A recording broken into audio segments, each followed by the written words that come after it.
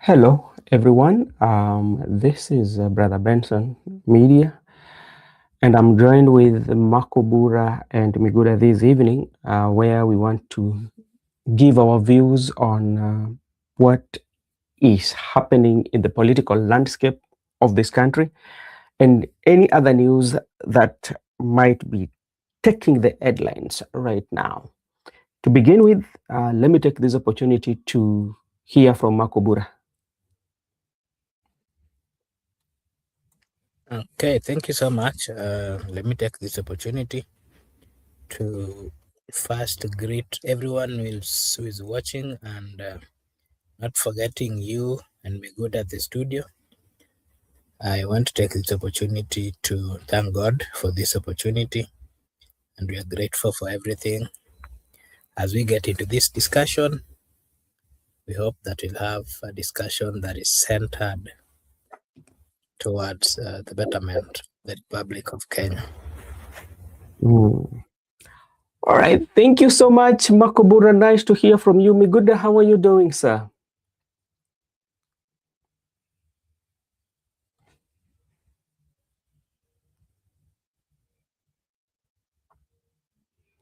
All right. Thank you so much. I think there's a problem with Miguda. I cannot get from him. Thank you so much once again for. Can you hear me? Yes. Okay, first let me pass my greetings to you and all of our viewers who will view right now and in future. And welcome each and everyone to the show. Okay. Thank you so much. There's quite a lot that is going on right now, especially in the political uh, field. To start with, especially. Let's go to what is happening, especially for Junnet Muhamed. As you know, Junnet Muhamed was director of elections, especially in Azimio. So there's an accusation that is one of the people that bungled the election, and he cannot account for the money that was given out by the fourth president, that is President Uhuru Muigai Kenyatta, to facilitate the agents. And that has been the conversation that is going on. And this one has sparked the conversation. And where did this one start from?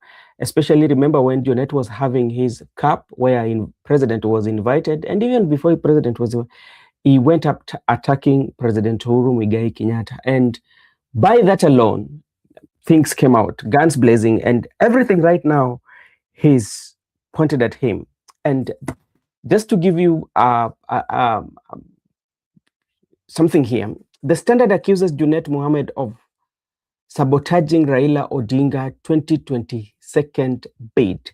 The story reveals claim that Muhamed failed to deploy or pay ODM agents in Mount Kenya, despite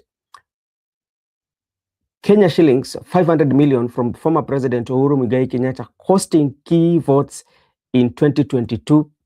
Raila's former chief agent, that is another one. Now, that is second. Another accusation is coming from Raila chief agent again. Raila chief agent again, that is Raila former chief agent Saitaboy Ole Konchori and ODM secretary Edwin Sifuna leveled the accusation, while Muhammad denies them, blaming Uhuru camp like Karanja Kibichu. 3 months after Raila Odinga's death in October 2025, the feud between Muhammad and Sifuna is fracturing ODM ahead of 2027 with calls for Oburu Odinga to unite the party. That is also something that we're going to talk about. Also, yesterday we saw quite a number of ODM members, especially from the Luo Nation, made a U-turn, especially concerning Edwin Sifuna, including Eddie, who had already petitioned the party to remove Edwin Sifuna, and he has withdrawn that and call upon the party leader Oburu Odinga to take charge. And just to give you a brief, or just to give you what Eddie was accusing Sifuna of. among other things that Eddie was accusing Sifuna of, let me just find that. Let me see, 204. He accused Sifuna of so many things, and he has withdrawn the petition, especially. So one of the things was he wrote that illegally usurging the powers conferred upon the party leader under Article all that by purporting to negotiate for coalition, indisciplined and dishonest by publicly denying the party involvement in the broad-based government arrangements, which is a position that which has been passed by the relevant party organ, frustrating the party efforts to meet the objective under Article. So all that's what Eddie was accusing Sifuna of, but he has withdrawn that. And what could have done that? That is one thing that we are going to discuss again. We are also going to, especially Gathoni wa Mushomba, made some remarks, especially concerning the Senator Karungu Dhangwa, especially about the DCP.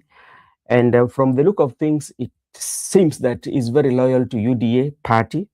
Yeah, so that is also something that people are also talking about and asking her stand. Where is her stand concerning all this? So that is what is happening right now. And Sifuna also is trending. And let me see what everybody is saying. If Sifuna has spoken, this somebody is quoting what Raila said sometime. If Sifuna has spoken, he has a right to do so. And if you differ with him, then speak out. Isn't that democracy? I have not said that you should not speak about certain issues in the party. If you have an issue, speak up, even if you think I have made a mistake. That was Raila then. That was on 25th of July, 2025, that Raila was speaking about that. So this is what is happening. And somebody, if you know, Colonius Correa Rono, say that Edwin is counting the last days as he is about to be removed as ODM secretary and Senate Deputy Minority Leader. The process has started and his fate is sealed. Hii imeenda. Hiyo ndio iko. Eddie Okech withdraw motion to expel Edwin Sifuna from ODM party, citing respect for Raila spirits. That is what is there. This one is Mondi Karoli is still just reminding us some of the things that he's saying. This is what Omondi Karoli said, then we will get your views. Omondi Karoli is a senator, is a member of parliament for Suba. Senator Eddie Okech is once again the complainant against his colleague, Senator Edwin Sifuna, over allegations that have no legal legs to stand on. He was the hired assassin against us and lost, and together with ODM, we were ordered to pay us cost. He will most certainly lose again. So Omondi Karoli is bringing another angle, especially if you remember Omondi Karoli were among the members of parliament, especially from the Luo region, who actually started to work with President William Ruto before the broad-based government. And he said the person who initiated that is Eddie Okech, and now he has done it against Sifuna. He said that he's hired. That is not my words. Those are words of Honorable Omondi Karoli. Thank you, gentlemen, for joining. So these are some of the things that we are going to talk about. And let me take this opportunity because Joseph did not say hi when we started. So Joseph, how are you doing? Yes, how are you, my brothers? Miguda and Marco Bura and Brother Benson. I think I've heard what you have been talking about. Mine is okay. I've been doing fine. But I think also I saw some news. I don't know if it is true or it was not true that the party leader Uburu Odinga said that Sifuna is not going anywhere. So and also the charges leveled against Sifuna by Eddie Okiech, which were dropped. One of them was that he joined a party. He's trying to endorse ideas of a different party. Well, their ideas of ODM and UDA. So those I think were one of the charges. So I don't know if that story is true about the party leader, because I saw it somewhere. But he has said Sifuna is not going anywhere. Okay, thank you for that info. We will, I know we will get it at some point, but it is good. I knew for a fact that Sifuna, it was not going to be very easy, because like when I saw people like Otiende Amolo, leaders like Otiende Amolo and Billy Odhiambo decided to come in to do that and to look at the wider picture, there must be something that happened even before that. And based on the information, especially that has been published by Standard and put the Junnet on spot, I think those are some of the things that might have triggered the removal or expulsion of Sifuna from the SG position, and also maybe in how the lawyer community or the Western community are now viewing the ODM. So there are quite a number of events that might have taken place for the party to reach where they have reached, and also maybe they might have realized that they're not the people who are fighting Sifuna. There must be a force somewhere outside the framework or outside the party of ODM who is fighting Sifuna. So those are some of the issues that we are going to look at. Matiang'i also he did defend President Uhuru Kenyatta about the issue of his political name being dragged into the daily politics of our country. Thank you so much, gentlemen. Let me take this opportunity also to ask Makobura, then we go down Miguda, then Joseph. Makobura, what do you think happened to... Also, one thing I want to add as we are commenting, so that maybe in perspective, is that Junnet has already taken to court to sue the Standard. He sued the Standard? Yeah, okay. He sued the Standard by the senator, who is the senator of...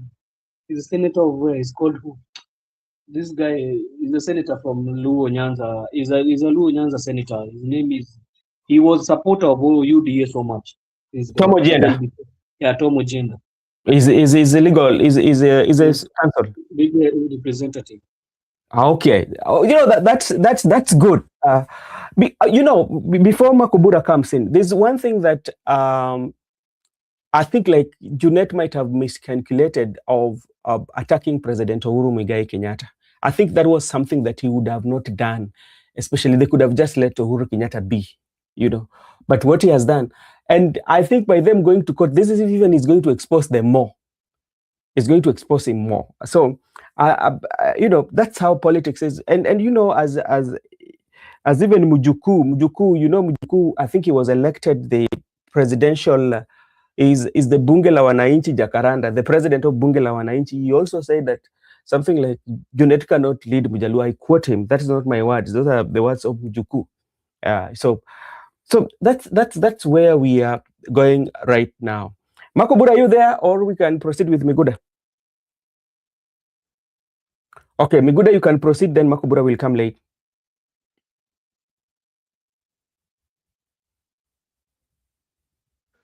If you can hear me, because there was a complaint, my mic was not appropriate. Can you hear me? Makobura, you can proceed.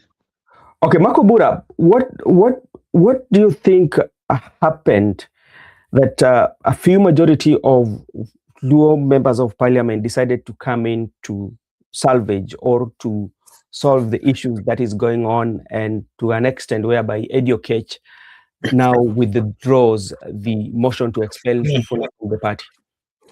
Okay. First, I want to just give my opinion. Mm-hmm. I come from that region, Luo Nyanza. Mm-hmm. And I've personally did my small investigation on the matter that is at hand. the issue of money given by Uhuru, the 500 million that was given by Uhuru for the campaign. Truth be told, Junnet should come out and explain to the people of Kenya how that money was used, because it was a political party, and the people of Kenya also have a right to get to know what really happened. The supporters of that particular party, they have, and of course, partly the constitution also requires that there should be transparency in matters of election, and of course, when it comes to the amount of money that is being used for campaigns, all those things should be put clear to the public, to the republic. I mean, to the public, so that they get to understand. What is happening here is, if you ask me, I listened. I've partly gone through the Kanchori statement. Remember, Kanchori was the first person who really felt so bad when they lost the election, and he came out immediately and said that Raila would have won, or Azimio would have won. And he gave his reasons. He was very specific. He said that the people who are in charge of the management failed the Azimio. And he gave a long statement on that. And he even wrote a book on giving an explanation on that. Today, Edwin Sifuna is coming out to give more clarification of what really transpired. And that is the truth, because if it is not the truth, why is it that the likes of Junnet disappeared immediately after the election, and he was nowhere? Remember him and the former governor of Mombasa, Hassan Joho. Immediately after the election, they disappeared. And remember, they were the most of time, they were the people who would be seen. They used to put on some similar attires every day, calling themselves Jeshi ya Baba. And most of time, they were in some uniforms that are similar to the army uniforms. We've not forgotten these things. We are Kenyans, and we should be given the truth. We need to understand what really transpired. If whatever the things are being said are accusation, you would have come up all those, in 2022, immediately after the election, to give a clarification of what really transpired. Why is it that he lost? And then now, after the death of Baba Raila Amolo Odinga, and he knows that now Baba is not there, now he start coming up to start bragging before the people. He has to come out, and if it is even apology or anything, he did mismanage together with his team. That is the fact of the matter, and we cannot withhold that. Something else about the Luo community, or the Luo members of parliament, and especially those who are in support of Junnet, I want to give my personal opinion that if they have joined broad-based government, they should not forget some facts, that the elections were mismanaged, and the people who mismanaged that election should be held accountable. Money was mismanaged. The people who took the money should be held accountable. There's nothing wrong calling people to order. There's nothing wrong calling people to, people being asked to account for what they were given. There's nothing wrong with that. Why would a member of parliament or senator come out to start defending somebody just because he or she is coming from their account? It is not right. And I think the likes of Senator of Migori, they thought that they were protecting somebody from their county. Little did they know that there is some truth behind this. And now they feel ashamed. That is why they went ahead and did the withdrawal of the petition that they were putting forward to remove Senator Sifuna as the Secretary General of ODM. We need to be very candid. We need to be very truthful in certain matters. I cannot. I've supported ODM sometimes back. Currently, I'm not a member of ODM, and I'm not interested in what is going on in ODM. But I can speak as somebody who has supported that party, that ODM is full of hypocrites. ODM is full of how do I even call them? Most of them were hanging on Baba kama kupe. But the truth of the matter is they were providing nothing necessary, nothing positive. They were all out there to kunyonya pesa ya Raila Amolo Odinga na kunyonya pesa ya wananchi wa Kenya na kunyonya pesa ya Uhuru Kenyatta na kunyonya pesa yote yenye ilipita mbele yao. Something else that I want to give a clarification on is, if you remember when this issue started, the first time Sifuna talked about it, Junnet was quiet. And then when he saw that Sifuna was continuously talking about it, he came before the president, if you can remember, during the tournament that he had organized. Actually, that tournament was organized as a way of cleansing himself. Mosha Moja, if you remember the Mosha Moja narrative that used to be there, where the likes of Anne Waiguru and so were also ushered, and they became clean, and that is why they even retained their seat as governors.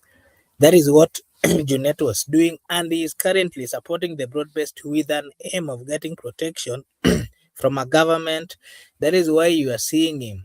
If you heard him, the way he was speaking in Migori the other time, he's speaking with some authority and threatening all those people who are having an alternative thoughts about supporting the government. And all those he's doing so that he gets the protection from the state, having known very well that he messed and he mismanaged the monies that were supposed to be used by the people of Kenya. That would be my statement.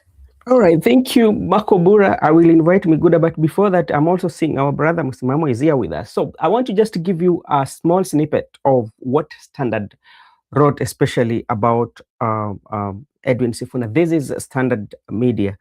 Die-hard traitor, that is, I quote, then they wrote Raila Blues. For nearly 15 years, Suna East MP Junnet Muhamed has hardly missed in the country's key political moments, a man unafraid of even mortifying himself if need be to sell his political agenda or that of his master to the masses, is certainly facing unexpected attacks, which included Judas Iscariot's label from his fellow leaders in ODM party. His responses have, rather than cool tempers, flared them up, and even the party yesterday refused to comment on the matter, and instead MPs drawn from it called on its leaders to call for housekeeping meetings. So this is what was happening. And if you go and read the story of Junnet in the Standard, it gives you a different picture of Junnet. It includes so many things. And the issue that has brought this is the issue of Uhuru Muigai Kenyatta. But in politics, such like comments, especially what happened, these are premeditated, because I cannot foresee a situation whereby Junnet would just wake up and decide that when we are going to have that tournament, we are going to attack Uhuru Kenyatta. And when we were attacking Uhuru Kenyatta, you know very well that President William Ruto was going to be in that meeting. The same thing happened in Homa Bay when Gladys Wanga also went after President Uhuru Muigai Kenyatta. And now, after going for Uhuru Kenyatta, now see what now the revelation that is coming out. And Sifuna had to start the conversation. But the conversation that Sifuna started was not very new about the issue of these agents. It was something that the public had already started talking about it. And I can remember immediately after the election, as you said, Makubura, Junnet was not being seen in the public in the majority of times. So that is what we are having today. And let me come to you, Miguda. When you saw the likes of the leaders like Otienda Molo, Millie Odhiambo coming up, teaming up and having pressure and, calling for the party to have a meeting so that these issues can be talked about or discussed so that the party could build up to be a strong party. Does it mean that there could be a meeting before that, especially from the Raila family or maybe Odinga's family? Maybe Mama Ada might have had maybe closed door meetings with Oburu or with some close Luo leaders so that they say that this is not what we're supposed to do, because we saw Tieno Kajwang did it, we saw Millie Odhiambo, we saw uh, uh, uh, Otiende Amolo, Mr. Miguda. Do you think there must be some meeting that was held and say that we are not doing good? Of course, they are not doing good. Yeah. Because from the look of things, it's like it has been back and forth from Yeah. two people, two functions. Mm. Some people have decided not to back down. No one is ready to back down. They are insulting each other at public, which is unprecedented since that party was formed. We haven't seen people doing so before. But right now, it needs a voice of reason, a sober mind, because the two teams have drawn a line. The die has been cast. No one is willing to join the other, and no one is ready to sit down and reason. That's why Sifuna was saying he is not ready to support William Ruto, come what may.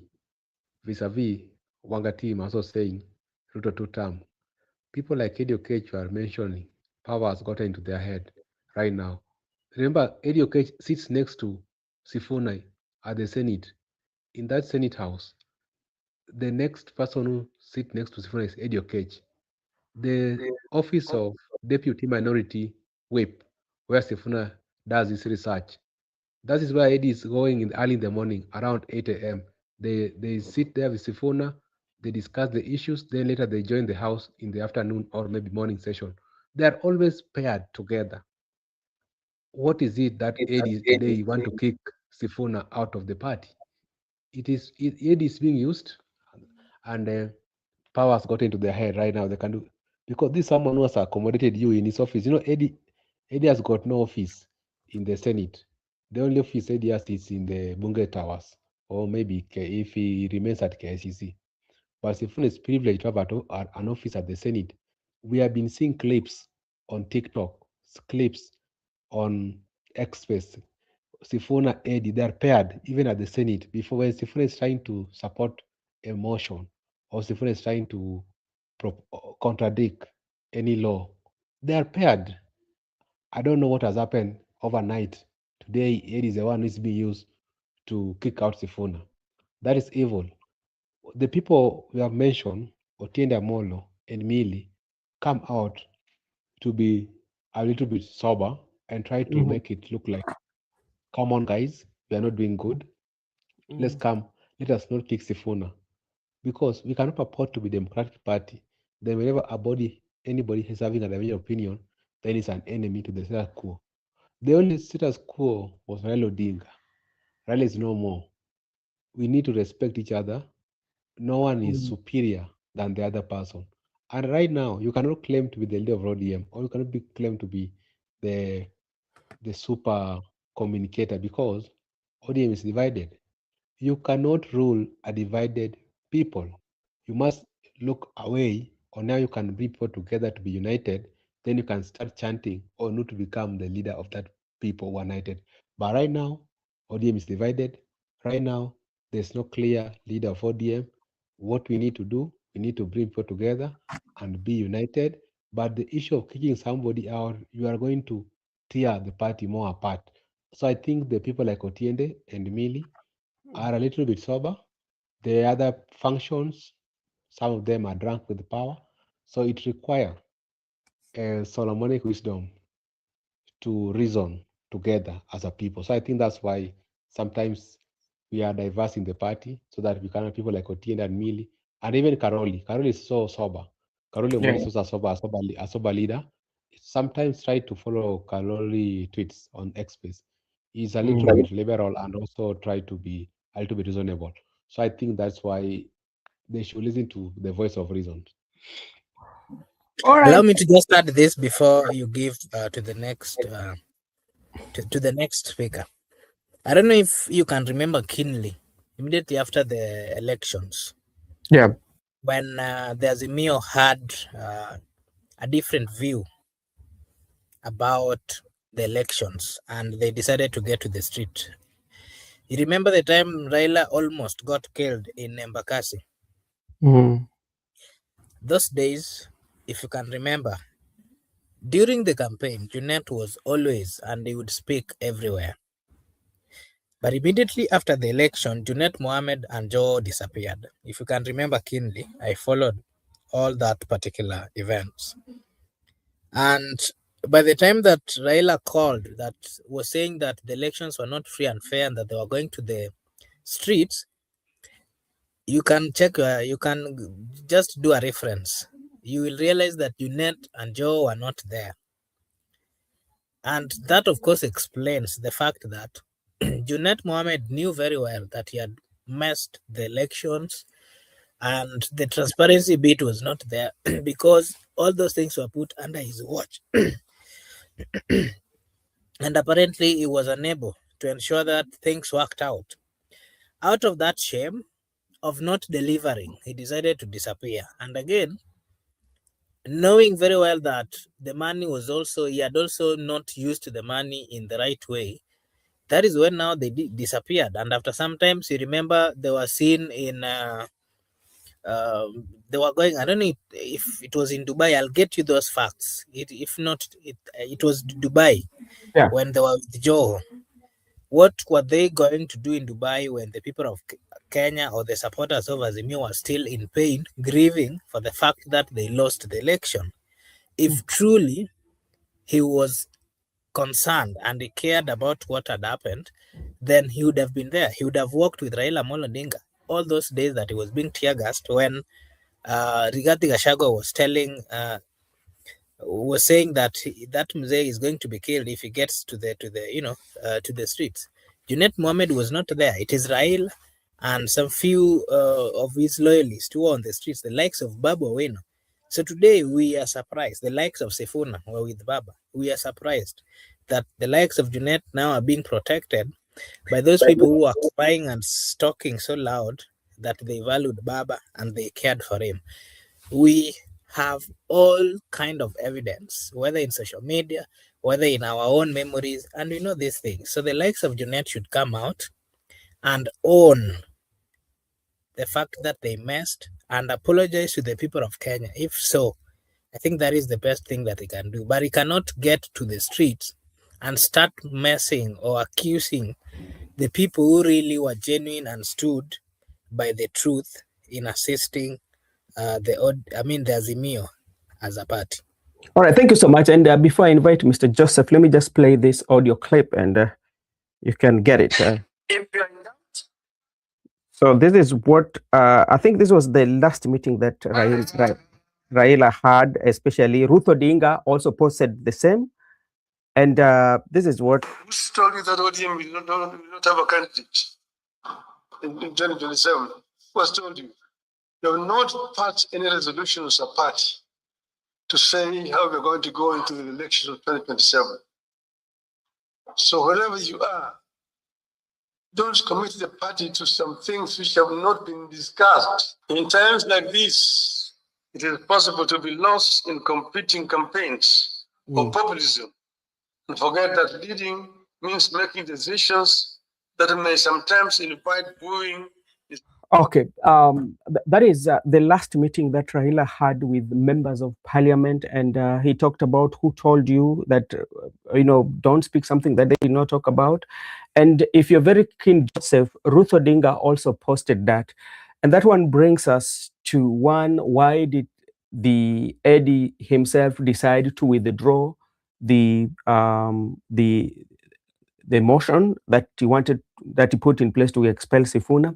And why did we see this change, especially from Luo member of parliament? Few of them, those who have been they've never been very vocal about the broad-based government. They've always have this opinion. Joseph, from your own analysis, what do you make of that? Thank you, Brother Benson. I think I have a lot to say, but we'll take to talk with.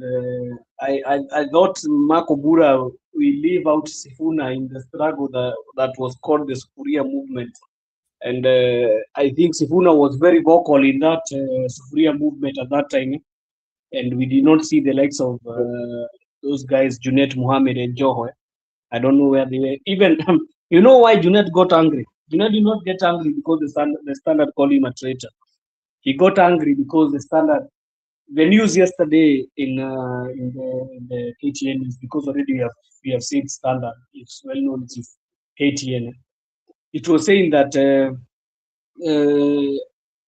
Junnet and Joho, after the defeat of 2022 elections, they ran away for 1 year. They just came when there was this agreement of the broad-based government. So what does that tell you? If the Junet is saying that the likes of Akina Mboro, he said that Mboro, he removed a statement and said that Mohoho was given the money by Uhuru Kenyatta, and Mohoho took it to Mboro, who was at that time working for Uhuru Kenyatta, I think, as a strategist, and he's saying that he's the one who used that money. So why did he not come to reveal that? They're telling Sifuna, why did he not come to reveal that money was eaten?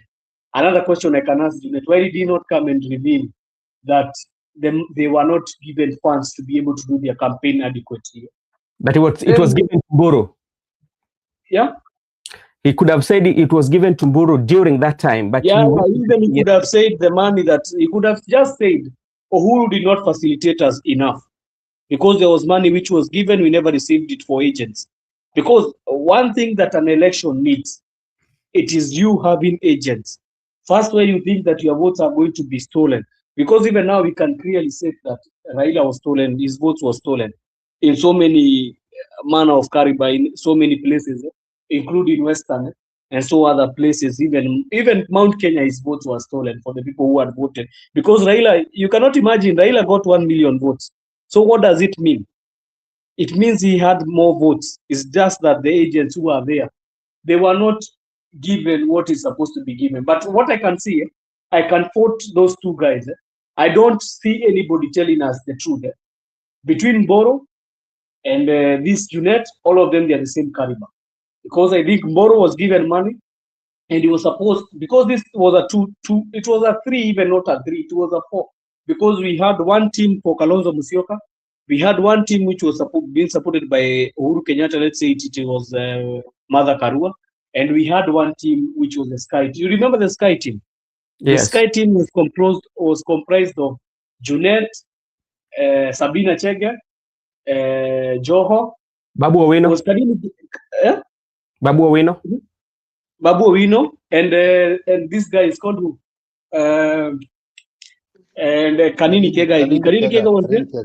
Kanini Kega was there. So Kanini Kega and Sabina, they really did a mess because they were supposed to have tried to get agents from Mount Kenya so that they could be able to guard the votes for Raila Odinga in Mount Kenya. Then the likes of Akina Junnet, Junnet was supposed to safeguard Baba's vote in Luo, Nyanza, and some part of Nyanza itself, the Kisii and also Western spanning there. And then we had Joe, who was supposed to protect votes for Raila Odinga from the coast. So I think they did a very terrible job. You see those 5 people who are there, I see they did a very terrible job. So Junnet being a part of that mess, I think that's why they came out and they were shocked and they kept quiet. Because tell me any person among those 5 you have just named their names here was in the Sufuria movement. Tell me any person except Babu Owino. And Babu Owino, he has passion for supporting Baba. Babu Owino is a passionistic of supporting Baba. But the problem is, Babu Owino himself, he's treated like a minor. That time he was being treated like a minor in the party. So I don't hold him of much regard in that Sky team which was formed that time. The people I want to hold accountable were the likes of that one, Junnet Muhamed, Joho, Sabina Chege, Kanini Kega, and the likes of Mboro. That Mboro you are hearing. All of them, they did a very shoddy work. So they are just doing tantrums to everybody. But if the money was removed, the money was given. And if the money passed through Mboro, it passed through who? It means that money reached to the Sky team at that time, which was, and it was called political strategies team. They were being called the electoral strategists. They were saying they are the ones who are strategizing for the election. So they did a very shoddy work and they ate a lot of money. and they misused the money that was given. They never paid even a single agent, whether it is in Luo Nyanza or in Nyanza as a whole, or Western, or Coast, or even Mount Kenya. They did a very shoddy work. I think even Raila, if Raila they did that kind of work they did, if it was perfect, Raila could have won Ruto by almost 500,000 votes and above, because that shoddy work that was done, it costed Raila big time. So even if they are throwing jabs at each other, we clearly know. That's why even they ran away, all of them. Just ask a genuine question: who among them? You saw the likes of Akine Sabine Chege. They went hiding and then they started looking for how they are going to be nominated to become a nominated MP. And then the other one was Kanini Kega. He was even trying how he's going to go to the East Africa community, and the so-called Junnet went for hiding for almost I don't know how long. That time you could only see even the likes of Akinabadi, the people who are left standing for Raila Odinga. And I think even there's somebody who said that Baba knew what they did, but Baba was just a forgiving person. He forgave them, but he knew what exactly happened, because even as we talk about power and everything, you cannot be able to if they could have overturned that election, it could have been very bad. It's better the way it was not overturned, because if it could have been overturned, it could have taken us to another. And then I think Uhuru was trying to leave a legacy of a peaceful election, because the election we had just come from 2017 was very dark, a dark time. So this is very that is a game which was played among those people. So me coming back to Sifuna and Eddie Okech saying that they are going to chase Sifuna out. I think that one has been laid to bed. Eddie Okech has no power to remove Sifuna from that seat. I was reading an article which was saying that Sifuna took the reins of SG of ODM by stride, because before Sifuna took the SG, Babu Owino was chased out. So Sifuna did not just come miraculous there. He also pursued that seat, because we had other kind of hope people who could have been given that seat to become the SG. And I think also if Oburu, that article I've read just now, that he has said that Sifuna is not going anywhere. Also Oburu knows if Sifuna goes, not only I'm hearing people saying that it is about the voting block or what. It's not all about voting block. You need somebody who can fire up a party. You need somebody who can fire up a party. And Sifuna is somebody who can fire up that party called ODM. And he has been firing it up since I think 2023. He has been firing up the party. Even when there was the maandamano of Sufuria, even when we came to the Gen Z, he has been firing it up. Even though the agreement that was made, they came in the agreement of the broad-based. So, and everybody, I think ODM, they always say everybody has a democratic right to be able to hear their views. That's why I said, if they are going to remove Sifuna, it is going to be a dark day for ODM, because that party is going to show clearly it is not democratic enough, that it cannot hear the views of other people. And then, I was very happy, I was very sad, and I also laughed when I learned that Eddie Okech is saying that Sifuna is promoting ideologies of another party, and then he's talking about ODM and UDA. So who also is promoting ideologies of another party? It means Eddie Okech is promoting ideologies of UDA. He's supposed to be promoting the ideologies of ODM. So I think also the basis of those cases that he had brought forward. Another one was that he has been holding the office, and what do we call? They say what is it called? They say that there's some words they use, gross in something. Yeah, he has been using the office very badly to air out grievances that are not of the party. So that one is neither here or there, but I think Oburu made a very wise decision. If that is true, he made a very wise decision that instead of sinking the party, it's better I try to hold it. But another one that Brother Benson left us with was Gadoni wa Mushomba versus Karungu Wadhangwa. Avani Mushoba clearly has shown that she does not have any direction. Because at first, you cannot come and say that you'll be fighting the party.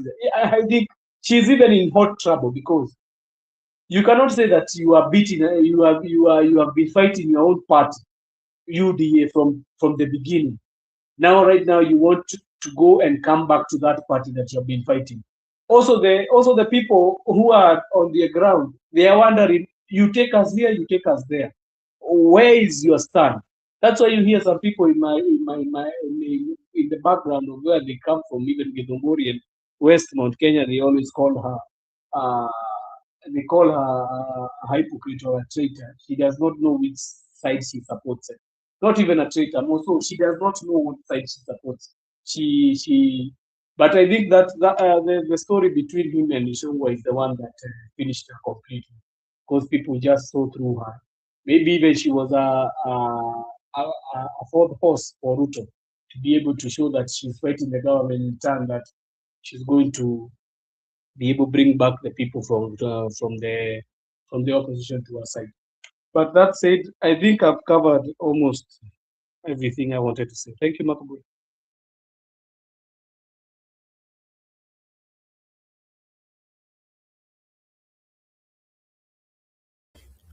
Thank you so much, Brother Joseph, and allow me to give this opportunity to good friend Msimamo. Msimamo, habari ya leo, na wewe pia unaweza tupea maoni yako kwa haya ambayo tunazungumzia jioni hii ya leo, na utuambie wewe kama Mkenya ambaye pia huku nyuma alikuwa mwana ODM, what is your view on the comments that Sifuna are making and the comments that Junnet are making?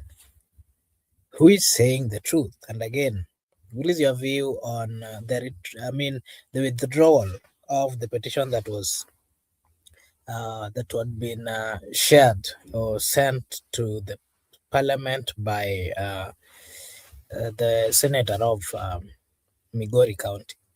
And why do you think those other members, the likes of the deputy party leader, the deputy party chairman, that is Dr. Tiende Amolo, together with others, were saying that it is not necessary to expel anybody or to have any other discussion? What is needed now is for meetings to discuss the problems that ODM is facing and to solve the problems. What is your view, Msimamo? Sawa, mimi sina maoni mengi yangu. Unajua tumeshazungumza muda mrefu haya na yashatimia, so sioni cha kuongeza na zaidi yale ambayo nayazungumza kila siku, kwa sababu ni yale yale tu. So ukweli wale wanaongozwa na tumbo wamejionyesha kwenye mkungo wao jinsi walivyo. Wale wanamaanisha na chama na kuhakikisha kwamba kinadumu na kusimama na kuhakikisha kwamba ni chama cha kila mahali, nao wamesimama upande wao. Kwa hivyo huyu party leader Tiende Amolo ni miongoni mwa wale ambao hawatakubali chama kivunjwe kisa hati pingine Sifuna ondoke pale, kwa sababu kuna mwingine ameingia hapo kwa mbavu ama kwa nguvu. So kazi kwa hapa sasa, kwa hawa ambao washaingia kwenye mdomo wa mamba, unajua hapo kutoka ndio ngumu. Lazima watimize ile ajenda ambayo wamepangiwa, kwa sababu haya mabadiliko ya hafla ni kwa sababu kuna mtu ambaye sasa hivi anahisi kwamba ndio sauti, na tutamlaumu. Mmoja amesema mbona kama ni hayo yote mmezungumza, mbona tumlaumu huyu? Huyu tunamlaumu kwa sababu kaacha mayai yake na ameanza kuingia mwenzake, kulalia mwenzake. So kwetu huwa tunamchukua kama ni kuku, tunamrusha juu ya nyumba, basi mwisho wa siku ukimwachilia basi kwenye mayai mwingine atachukua, na hata kizidi achukue hata hao watoto pia. Naona so kiukweli ni kwamba Sifuna ni kiungo muhimu. Sifuna amejitolea, amesimama, amefanya kazi yake kwa uadilifu, so tumemuona. Na ndio bwana jana hapa nikasema kwamba kama ni kuondolewa huyu ili wafanye replacement, hii replacement inapikwa kutoka mahali. Toa huyu kwa sababu ni kwa kazo na haungani na haya yangu. kwa sababu Sifuna angekuwa pia naye ameungana huko kwa broadband, wala hatungeyashuhudia haya, tungekuwa na sifa tele tungezipata hapa. But lazima tuangalie pia katika hii hali nani wa kweli katika hiki chama. So wengine walikuwa pale kwa sababu ya kwa tumbo lao, ama kwa sababu ya kupata umaarufu na kuungwa mkono kwamba wako katika hii chama ili wa sustain na kubaki katika siasa. Sasa hivi wanayumba, hawajui wataanzia wapi, kwa sababu mtu pekee yake ambaye alikuwa anaweza akawazuia ni baba na ashaenda. So lazima watafutane na kivuli ambacho wataweza kutua. So wamejipata hapo kwa Kasongo. Kwa hivyo hii mipango yote ya nani tunatafuta nani na haribu Kasongo, ndo anaharibu kwa kutumia hawa akina Mbadi na akina Joho na akina Nina ambao tunawaelewa tangia awali. Hapa mmedadavua mengi tu mambo alivyojiri wakati huo, lakini si hapo tu, hata 2017 wengine walikuwa hapa. Akina Junnet walikuwa hapa, turudi tu katika historia zao na jinsi walivyoreact wakati huo. Kama kuna kidume alijitokeza kweli kuonyesha kweli wana demand ushindi. So kiukweli ni kwamba mimi sina mambo mengi hapa ya kuchangia hapo. Sifuna hata kwenda popote kabisa, hata kwenda popote.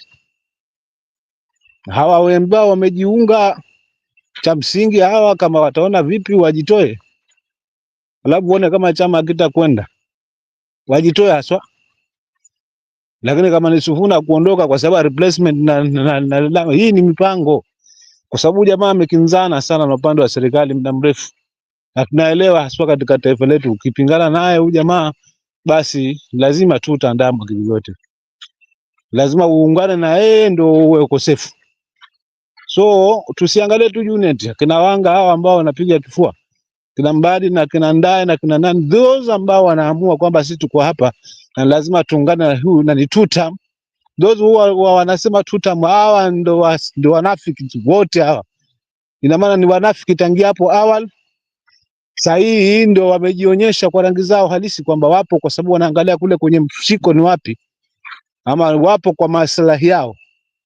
Kwa hiyo hawa ndio wanaoharibu hiki chama. Kwa hiyo tusiangalie tu Junnet peke yake, tuangalie wote hawa ambao wamebezi kwa tutam. Nini kimewafanya wabadilike kiasi hicho? Na misingi ya ODM ilikuwa ni kwa ajili ya mwananchi.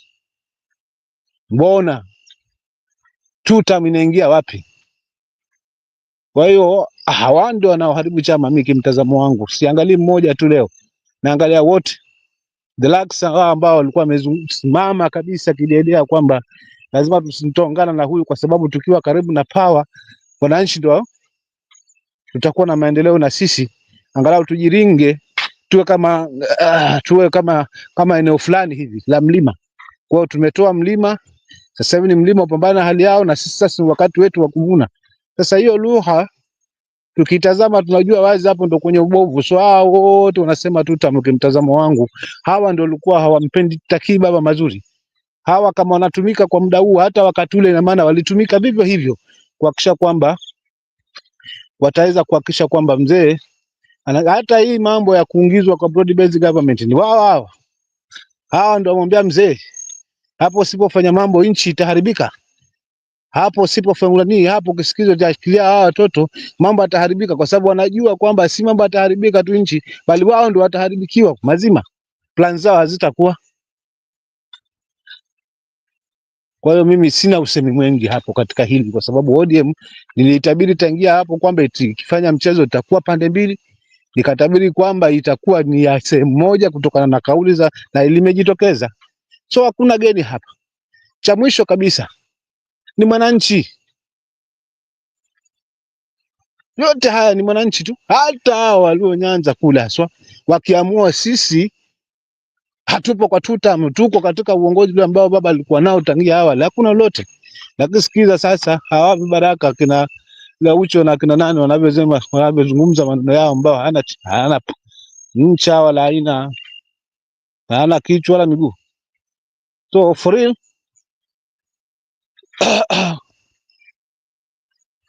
warudi drawing board, wakae kama chama, wakuje na suluhu. Hawa kama kuna watu ambao ni chawa zaidi, basi hawana budi la watemwe haswa. So wakitemwa wawili watatu, wengine watakunja vidole tu, lakini kuliko kwamba mnamtoa mtu ambaye ana ufuasi, ana upenzi kamesimama na chama na anayowazungumza si kwamba ni mabaya, maneno ambayo yanatija katika hili taifa, kwa sababu mambo ambayo yanamgusa mwananchi. Sasa viongozi wao wanataka watengezewe wao kwanza, alafu wao wafaidi, mwananchi abaki pale pale, kwa sababu haina maana hata ukipewa jamii ikipewa mawaziri 10 wasipofanya kazi ya soko mwananchi haina faida. Ni kuondokea kwamba sisi tulipewa tu nyadhifa, lakini hizo nyadhifa lazima ziwe zinafanya kazi kwa minajili ya mwananchi. So kama hakuna kiongozi anajali hilo, basi haina maana hizi nyadhifa ambazo zinanadiwa kwamba safari hii tumepata hii, hakuna maendeleo ambayo tunashuhudia katika sehemu husika ama katika jamii husika ama katika taifa kwa ujumla. So siasa ya nyadhifa ni siasa ya propaganda na ya unafiki, kwa sababu kiongozi ana haki ya kufanya kile ambacho. Ukitazama Kiharu,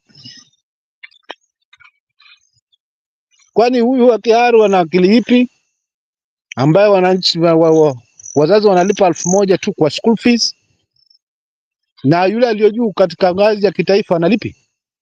Tofauti iko wapi? Si kuamua kwamba mimi namfanyia mwananchi kazi, lakini kama utasema mimi naongoza tumbo langu kwanza, basi itakuwa ni kumdanganya mwananchi tu kwa kuweza kumtumia chembe ama punje za mahindi aingie box. Na ndivyo ambavyo tunashuhudia sasa hivi, maana wote one term two term wote wanaongozwa na punje za mahindi mkononi kwa mwananchi. Basi asante, mimi nitaachia hapo. Okay, thank you so much, and allow me to take this opportunity to welcome all our viewers and to remind you that this is Brother Benson Media, and here we say that your opinion counts. If you are watching for the first time, kindly like and subscribe. If you do so, it is a way of supporting us, na sisi hapa tutasema ni asante. And today we're just having a discussion on this topic: why change of mind by Luo ODM MPs on Sifuna as Junnet Muhamed is cornered. That is what we are talking about tonight. And Migori, I'm coming back to you. Why do you think the senator of Migori decided to withdraw the petition that he had sent to the parliament? And why do you think quite a number of members of parliament, I saw the member of parliament of Suna West, Masara, amongst others, they held a press, and of course, wanatetea Junnet. Na wanauliza, if Sifuna and the team knew all these things, why speak about it at this particular moment? How is it going to help ODM? That is the question that they're asking. And again, Mr. Miguda, you can give us your view on the press statement that was held by the deputy party chair, that is Dr. Otiende Amolo, together with together with Millie, Honorable Millie, amongst others. And, the kind of soberness that they had while giving that particular, a brief, and they were only focusing on. They're saying that the matters or the problems that are being faced by the party should be looked into and should be addressed, and that all the differences should be solved. And then they urge the party leader to call for a meeting so that the people of that particular party can have a discussion on how they're going to take ODM, the leadership of ODM forward. They also requested the members that they should respect and they should know the fact that Raila died just 2 months ago. They have to respect and allow him to rest in peace. That they should not joke around with his political party. Because what is your view on those particular comments before Joseph comes in? Oh, okay, Makobura. First, let me respond to the first question. You have asked that Educate withdrew his petition from the Senate after sometimes earlier he petitioned so that they can remove Edwin Sifuna as the deputy minority leader in that house because that seat was granted to him by the ODM party. Remember, now I want to teach you politics, the old Kenyan politics. how it works. To them, politicians, it's always about interest. And that's why they kicked out Rigathi Gachagua, because they were promised.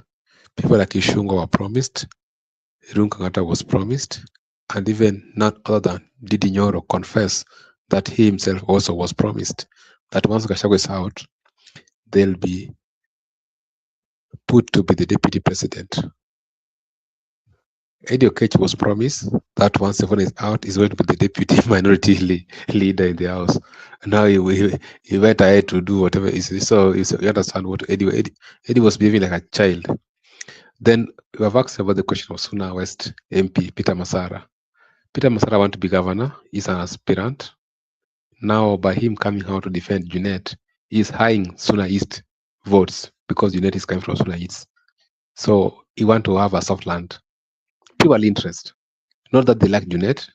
He doesn't like Junnet because he wants Suna East. So that is politics. What I'm telling you. That's how these people. That's how they view politics. That's why we're saying their politics is outdated. Gen Z are able to kick them out because they are using things that are not even applicable, like what Eddie was doing and what Masara is doing, and what Ruto was urging the likes to do to Gachagua. Those politics are outdated. Even Gachagua should update his politics. When it comes to the issue of the last one you've asked me, Otinda Molo and Mili Odhiambo, calling Oburu. Oburu will not listen to them. Oburu has already taken aside and is going to support William Ruto. They are wasting their time. But the reality that we must live with is that ODM is divided. Let us not run from this. Otinda Molo and Mili they're trying to make it look like it is not divided. ODM is not going to survive in this division. We are going to the 2027 election with the divided ODM. There's no one who's going to bring them together. It's not going to be united. That's the reality you have to live. So even if those people try to be sober and calling out to whatever, but ODM is divided. Makubura, back to you.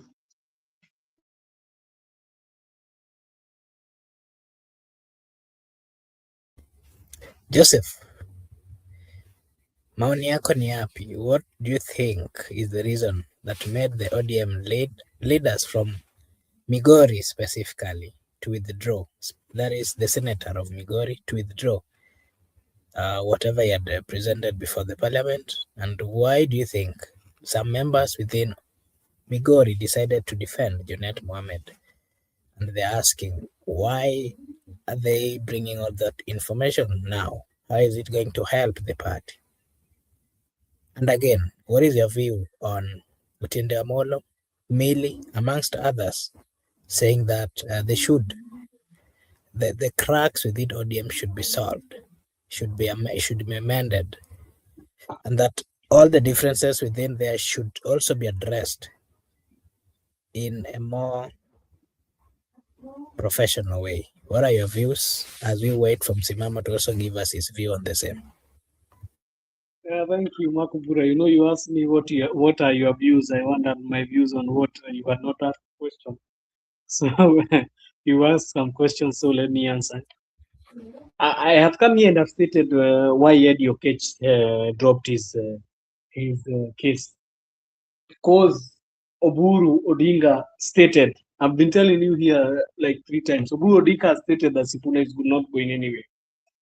And they are told that in every story there is rumors, and if you hear too much of the rumors, sometimes it is kind of true.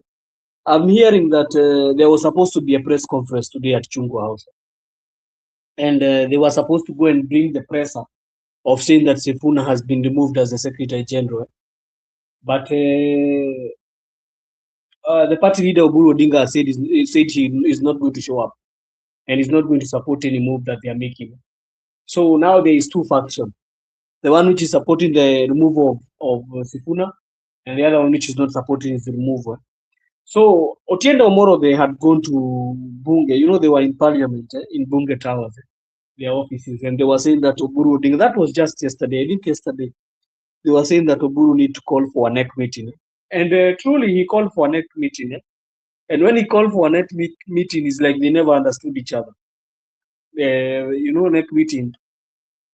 Neck meeting is only for the executive committee. It's not for the whole party. So it's just for members who are in the executive committee, the executive committee members. And I am hearing that they had a split, and they could not agree on how to go about it by Sifuna. So I think Oburu made his stand and said that I'm not going to remove Sifuna. So Eddie Okech was left in a fumble because he was thinking maybe the party leader will support his bidding, but he was shocked because if right now, if the party leader Oburu is holding the cards, there's nothing they are going to say. There's nothing they are going to say. They are just going to follow because they are going to be seen like they are not following the party leader, and they are the ones who are telling us that Sifuna should respect the party leader.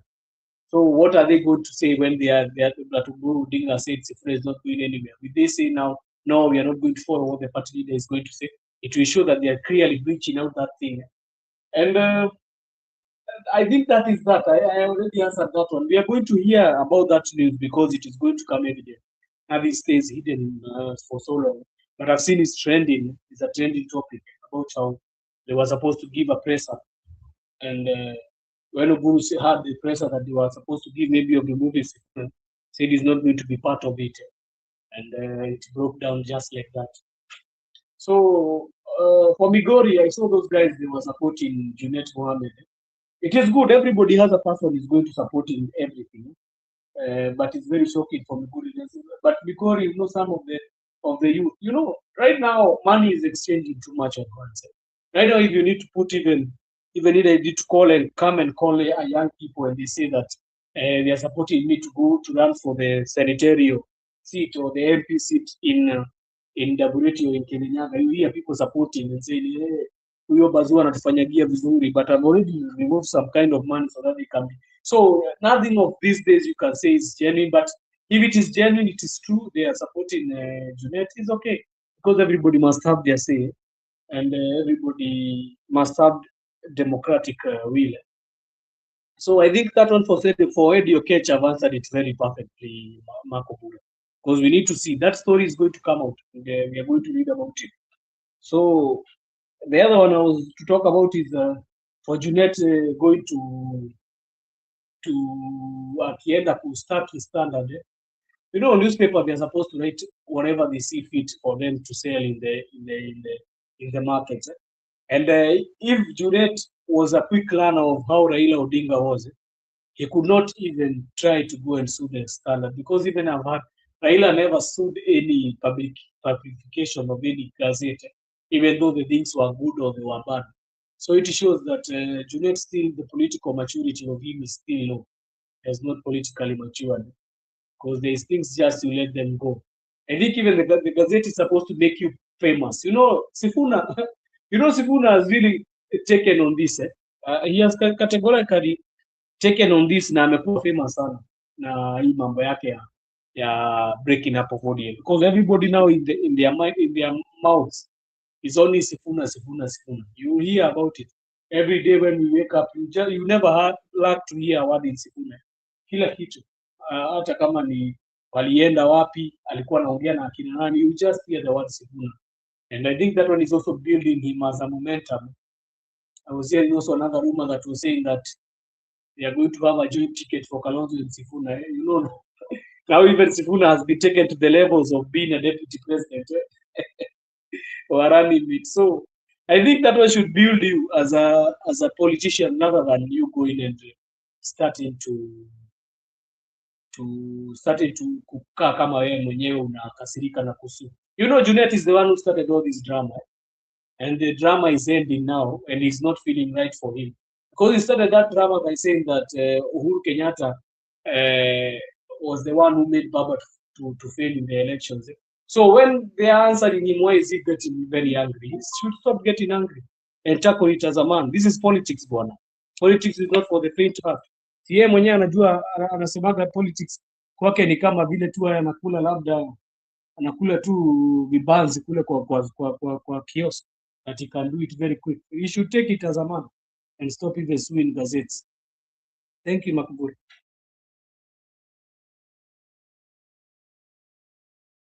Maybe before you leave, Joseph, what do you think would have been the repercussions? So what do you think would have been the outcome? Should they have gotten to the extent of deciding to remove Edwin Sifuna as the Secretary General of ODM? You can just give us your take on that, and Miguda can also give us on that before I give before I come with the next question.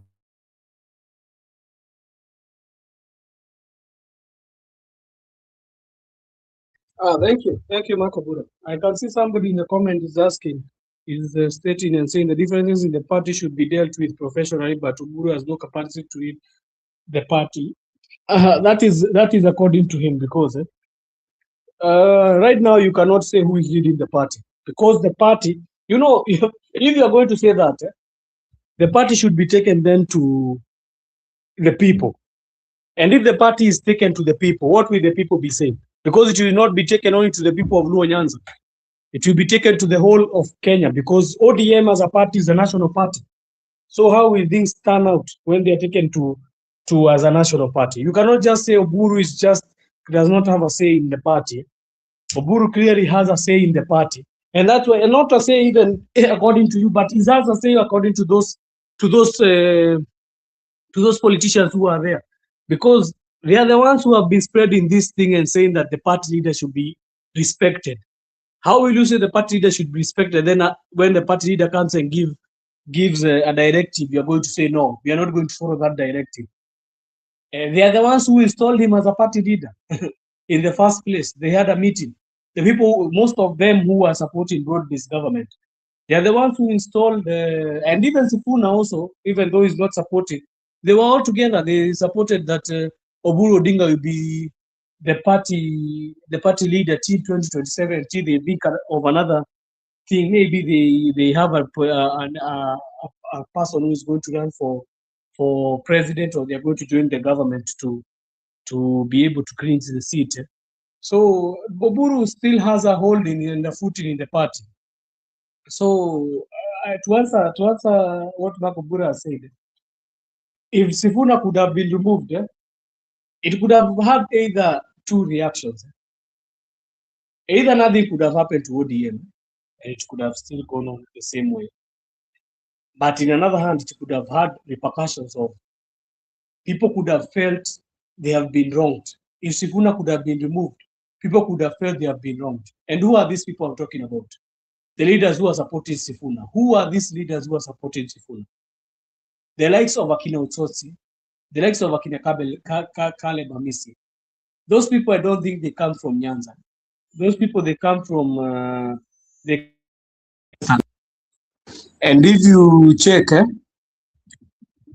can you hear me, Marco Bura? Marco Bura, can you hear me?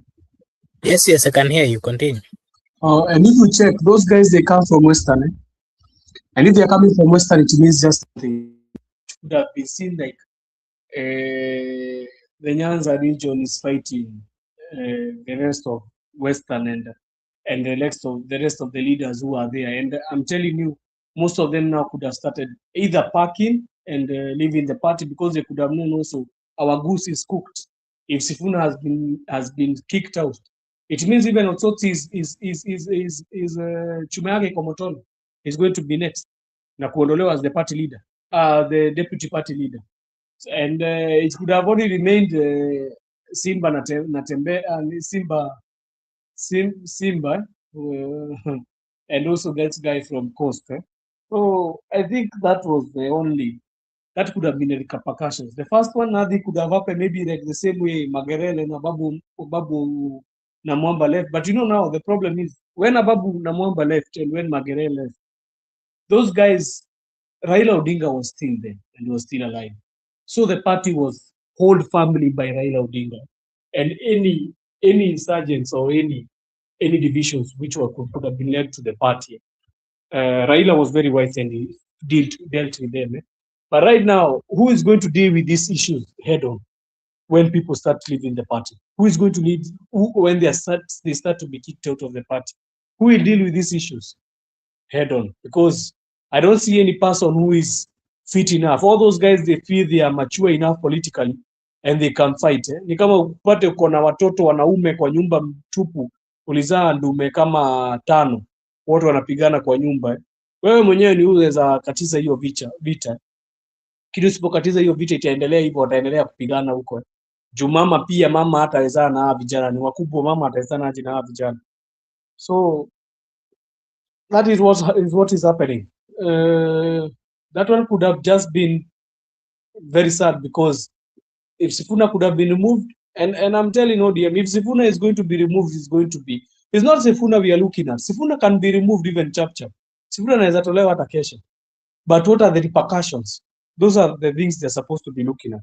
And I think also Oburu Odinga has looked at the repercussions, and he's seen that those things are the ones which are disturbing the party, and he cannot try to do that. Like I've also seen saying that Paulo is saying ODM used to be a national party, but now it is at the last stage of becoming. Yeah, if they could have chased out Sifuna today, bro. I'm telling you, not about Sifuna. This is not even about Sifuna. This is about many people who are supporting Sifuna. I have even seen Muli Odhiambo. Muli Odhiambo is like he's in the support of Sifuna. And Sifuna has quite some support. If you hear even today, if that is true what they are saying, that the press conference was not held because they could not come to a conclusion, it means that it had the people who are supporting Sifuna and the ones who are supporting him to leave. It means the power is like it is equal. So the power we bestowed between him is very equal. Because Sifuna, I think, has support from the deputy party. The only person who is not supporting him may be the chairperson, but the deputy chairperson, one of them is with him. Two, because we have two. One is Simba, and the other one is Simba huyu Kisii, and the other one is the governor of Mombasa. So I think those were my observations.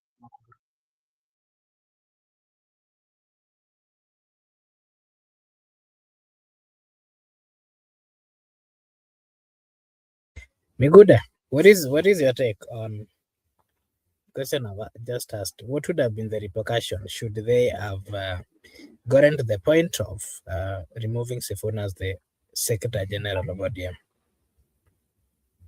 Miguda?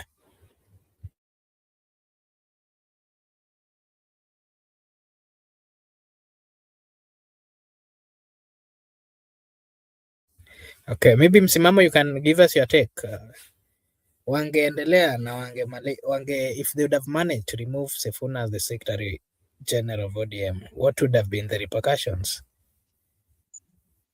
According the to repercussion is even Luo Nyanza itself. There are some leaders who are supporting Sifuna 100%. That's my view.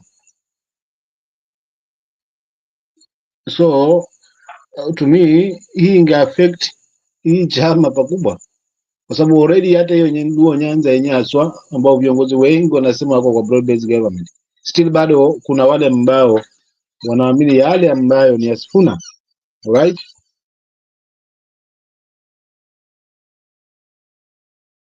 Hapo kwa ugeni hapo, unaona. So for real isamata kwamba itabidi nihame huku mtaa huu sasa, sawa, maana hapa kadifi hapa kwa jirani.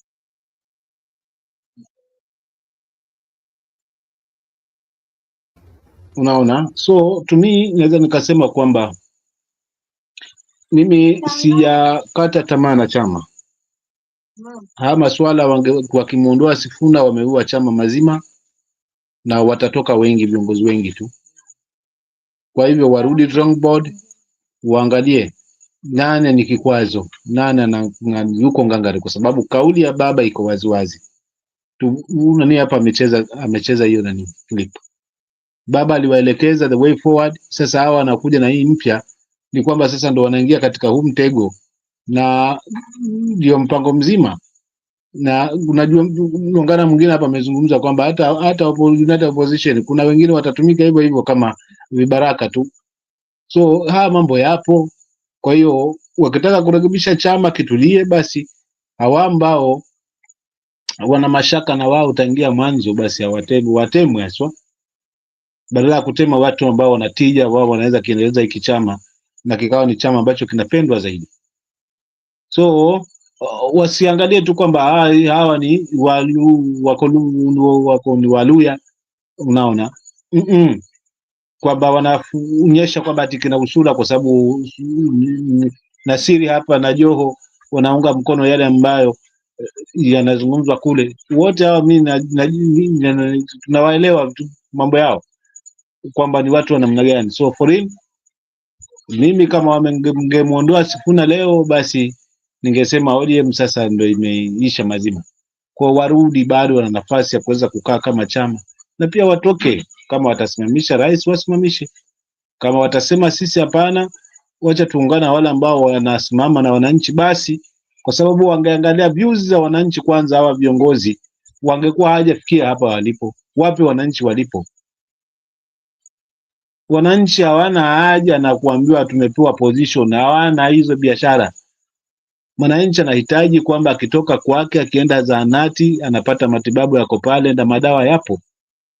Mwananchi ana haja kwamba usubuhi mtoto anaenda shule, serikali imegharamika, angalau yanapambana tu na jambo moja tu la kutafuta kula kwa watoto wake na mambo na uniform na kadhalika, kwa sababu uwezo ukano upo, pesa ipo katika taifa, rasilimali zipo ya kuweza kufanya mambo kama hayo. Bora tu ifungwe ile mianya tu. So kwa kweli wao ni viongozi ambao watasimama na mwananchi, basi chama kitaimarika. Watakiuka yale ambayo ndio mawazo ya mwananchi, na wanataka kuleta mambo mapya kwamba sasa safari hii sisi tulikuwa tumenyanyasika kwa sababu hatukuwa karibu na serikali, hakuna chama ambacho ODM hajapangwa kukaa kwa upinzani, wakati sasa hivi wa kuweza kwamba hivi visababu vyote ambavyo vinatolewa havina tija, maana havimsaidii mwananchi hata siku moja. Hii lugha ambayo inakuja mpya ya ODM sasa hivi na haikuwepo tangia awali mzee alipokuwa hapo, inaleta tafsiri nyingine tofauti kabisa. Kwa hiyo kaka yangu, mimi kimtazamo wangu kwa haraka haraka nikimalizia ni kwamba Sifuna hana kwa kwenda, hana popote atakapokwenda, kwa sababu ndio siku ambapo kama watamuondoa, basi ndio siku ODM tutaisikia tu kwamba ni ODM ya wachache na halitakuwa ni jambo la mbolea, kwa sababu itarudi tu pande mmoja, na sidhani kama litakuwa limeleta tija haswa kwa mwananchi. Kwa hiyo wakae drawing board na wapanguane haswa na haya maneno. Kama kuna watu wamemeza chambo sasa, wameshikwa na ndoana, hawajui vile ambavyo watatoka, wapambane na hali yao. Asante. Thank you so much, and let me get to Miguda, and you'll also give us your view on what you think about the repercussions. Should they have managed to remove Edwin Sifuna as the Secretary General of ODM? Dr. Matiang'i was today speaking, and he said that President Ruto has not done much, and the people of Kenya should not depend or should not have hopes on what he's doing. He also called out the leaders like Wanga and Junnet, saying hao ni vibaraka wa the president William Samoei Ruto.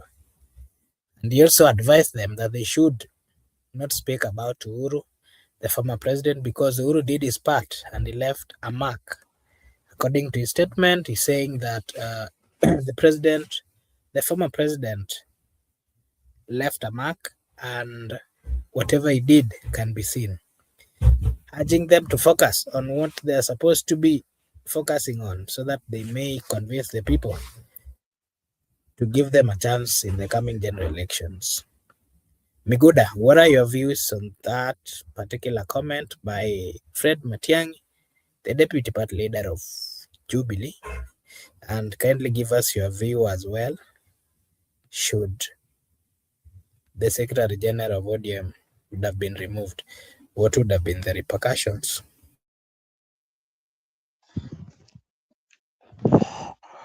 I don't believe that they could have removed Edwin Sifuna. They were just threatening him.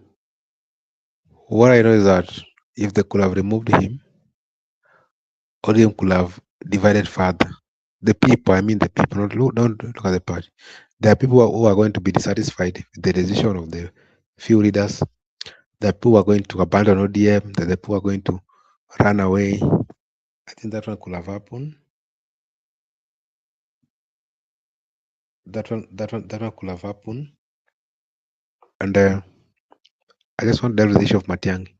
Matiang'i has come out clear defending Uhuru Kenyatta, and Matiang'i has been insisting on one thing, that anything people have been speculating on public, we should have a due diligence of inquiry. It means that he knows something that we do not know, most of us. He has been insisting on public inquiry, but people have been ignoring that public inquiry. Maybe he knows that he wants to put records clear. Matiang'i has done a tremendous work. Right now, we need people who can confront the truth, and people can come out and state things clear. That's where we have reached as a country. If you can have such leaders in the next election, they should be given a benefit of doubt when it comes to elections. For those people who are pro Matiang'i, they should actually consider him. People might blame at, oh, what were you doing? What can you do? Mbai is just a one person. But if you can bring a public inquiry of what happened, including the issue of agents that is now hitting Junnet. And I just want to emphasize on one issue, what Joseph said. And Joseph said very clearly that was a very good point. Junnet ought not to have sued the standard media. That shows immaturity in politics. You are here, a public officer. How many times was Raila defamed? And he got all rights to move to court. But up to his death, he never sued anybody. That is if you have given your life to the public, you don't need to be short-tempered. Just accept all manners of things. You don't need to go to court to prove that you are as clean as cotton. Some things you just ignore as a politician, because you are part and parcel of the public. You need public scrutiny. People need to mention you all the time. So sometimes you don't need to. You ignore many things. How many times have people been attacked? Even us here on this Brother Benson media, how many times have we been attacked? So I should stop for you. I should stop this channel because you are attacking me. You don't even know me. Me, I understand what I'm doing. I don't care whatever you are saying. That's your right. Tolerance. You have a right. You have a freedom of expression. Do how you like it. I'm also doing mine here. So at the end of the day, we call it a day. Junet should stop all those things. Let him. So it means like he doesn't tolerate opinions. Media should criticize you. Even people, whatever social media. That's how we create strong leaders. But you one thing, you run to court. So how many times will you go to court? Because we are in 2026. We are yet a long year for election. Next month we'll have another thing for Junnet. Next month, but one. So you will keep on going to court. You'll have bulk of cases. You'll not resolve them. So sometimes you have to move. You know, the problem is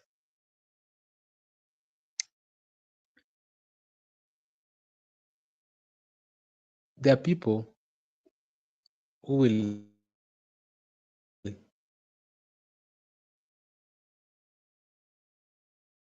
critique you negatively, positively. But if you Na katika babu, respond, they'll start crying. I'm trying to. Okay, now I'm clear. Thank you for that. I'm saying these people, there's some people think that they're the people got absolute freedom of expression. That whenever I'm a public figure, or if Joseph is a public figure, I'll critique Joseph. I'll use negative words towards Joseph. I'll use negative any form of opinion towards Joseph. But if Joseph tends to mention anything against me, I start crying, moving to court, suing Joseph. But I've been doing the same thing. So is Junnet new in this country who does not know him? He has said all manners of things to many people, but people have just been quiet. People have just been relaxed. So when he was mentioned that he tampered with Baba's agents, now he's moving to court. That is immaturity. If you are not rooted enough for politics, there are many things you can do. But what I understand as a politician, as a public officer, those things are very normal in politics. Marco, back to you.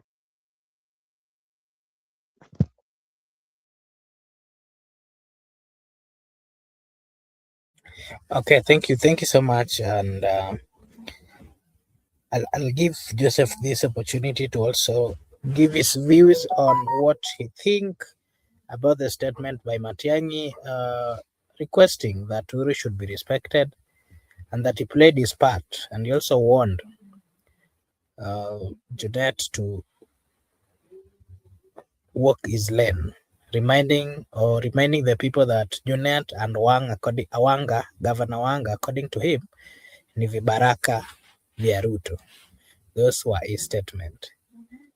Joseph will give us a take on that. But before you continue, allow me to welcome Joshua. Joshua, you can say hi to us first before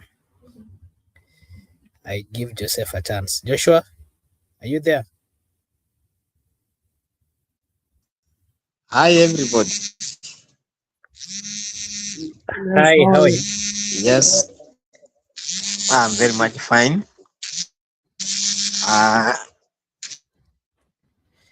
Maybe let him pick the call that his phone is still ringing. Let him finish up. Joseph, meanwhile, you can give us your take as Joshua is fixing his phone. Joseph? Thank you, Marco Bura. Can you hear me? Yes, I can. Proceed. Yeah, I want to echo what my brother Miguda has said. Even us Simara kidogo tumetusiwa kwa show, and we take it like men. This is part and parcel of you showing up and trying to be in an area where, politics is an area where you need to be having the skin, which is very tough. You need to wear the I don't know what is tough. Maybe the diamond skin, because it is very lethal. And I'm going to start it off with Matiang'i. Matiang'i also, he has not been into politics for quite a long time. He has not been into politics, yani, as a person who has been elected. So I think also this one is very tough on him. One thing I'll agree with Matiang'i is one thing, that everyone should be respected and everyone should do his politics. But for Uhuru Kenyatta, he need also to know that when you come back to politics and you are retired as a president, you're going to receive kind things. You're not going to receive kind things because everything is going to be under scrutiny, even your past leadership, and what you did is going to be under scrutiny. So that one, he should also take it as a man, and also try to be having that skin I'm talking about. But all in all, these are things that happen in politics, and Matiang'i, is pulling towards a certain side. He's rooting for the united opposition, so he must try to kujibu. He must try to answer these people. Politics is a game of no enemies, but only interest. Interest and betrayal is always constant. So I think now with the interest right now, Junnet's interest right now is in the broad-based government. Matiang'i's interest is now with the united opposition, because he need to see if he's going to clinch either the top seat or is going to be among the people who are going to be in the talks of forming the government, if so they are going to form it. And that's how it is. That's why you saw even there is a time Uhuru Kenyatta left the social platforms and said that uko social platform ni kubaya sana, kuna waka moto. This is all about politics. Politics is a very lethal kind of game. and it's a must you wear that skin I've been talking about. See rahisi hivyo, and it is going to continue like this till 2027. It's not going to back down. People are going to be there. Some are going to abuse others. Others are going to talk ill about others. Others are going to be friends. So these are things, and I think Junnet also should not burn the bridge, because you never know which side he'll be next on. I've seen somebody in the comments saying that Oburu Odinga is the best. Sifuna should just go. One thing I know, he's a leader. Oburu Odinga is a leader in ODM, he's a party leader. But also he's very clever. He does his things very cleverly. I think I've been talking about how Oburu is the one who is stopping Sifuna from being removed, and certain members who are there of ODM who are in the hierarchy, the top hierarchy. So this about Matiang'i, this is just politics, and it's going to continue like this till 2027.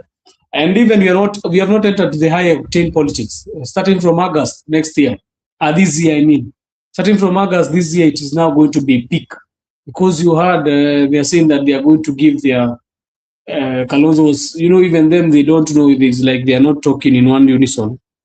Kalonzo saying that they are going to unveil their United Opposition candidate this January. Then you hear Gachagua saying that they are going to release late. Also when you are dealing with Ruto is a very cunning man. He knows how to place the buttons. Maybe they are trying also to calculate how they are going to confuse them.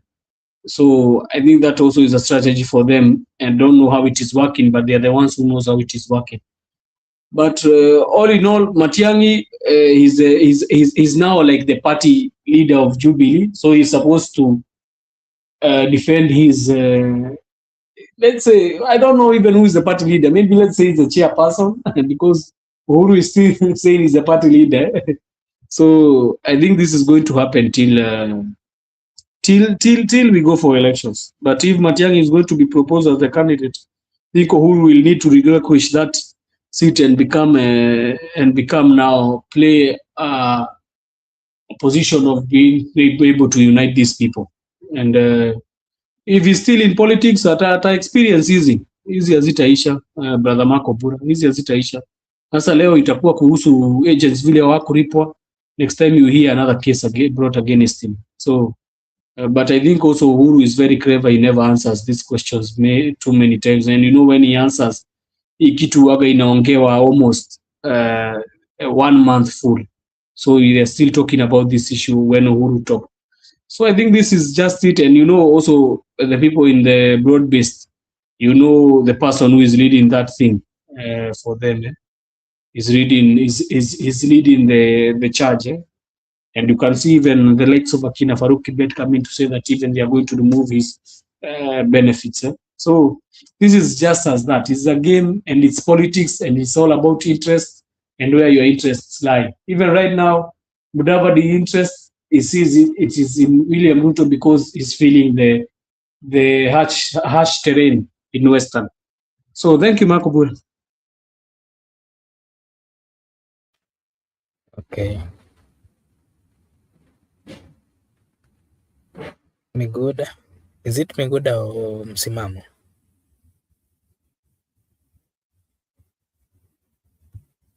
Miguda, you the one who is coming on Msimamo?